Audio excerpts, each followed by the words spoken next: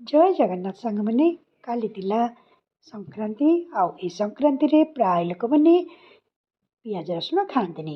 ସେମାନଙ୍କ ଭଳି ଆମେ ମଧ୍ୟ ପିଆଜ ରସୁଣ ଖାଉନି। ତେଣୁ ମୁଁ ରାତିର ଡିନର ପାଇଁ କରିଥିଲି ମସଲା ବରା, ମାନେ ସେ ବିରି ସହିତ ଭୃଷଙ୍ଗ ପତ୍ର, ଗାଜର, ପତ୍ରକୋବି, ଅଦା, ଜିରା ଆଦି ପକେଇକି ମୁଁ ଗୋଟେ ଆଣ ପ୍ରସ୍ତୁତ କରିଥିଲି।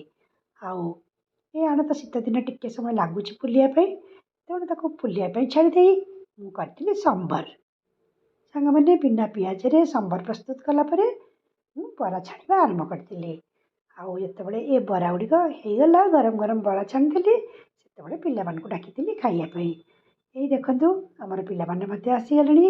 ଆଉ ସଂକ୍ରାନ୍ତିରେ ବିନା ପିଆଜ ରସୁଣରେ କ'ଣ ଖାଇବେ ବୋଲି ଭାବୁଥିବା ପିଲାମାନେ ବରା ଆଉ ସମ୍ବର ଖାଇ ବେଶ ପ୍ରଫୁଲ୍ଲିତ। ତେବେ ସାଙ୍ଗମାନେ ଆପଣମାନେ ବି ସବୁ ବିନା ପିଆଜ ରସୁଣରେ ଯାହା ବି ହେଲେ କରିଥିବେ। ଆଉ ମୋର ରେସିପି ଆଜି ସଂକ୍ରାନ୍ତିରେ ଆପଣମାନଙ୍କୁ କେମିତି ଲାଗିଲା ନିଶ୍ଚିତ ଆପଣମାନଙ୍କର ମତାମତ ଦେବେ।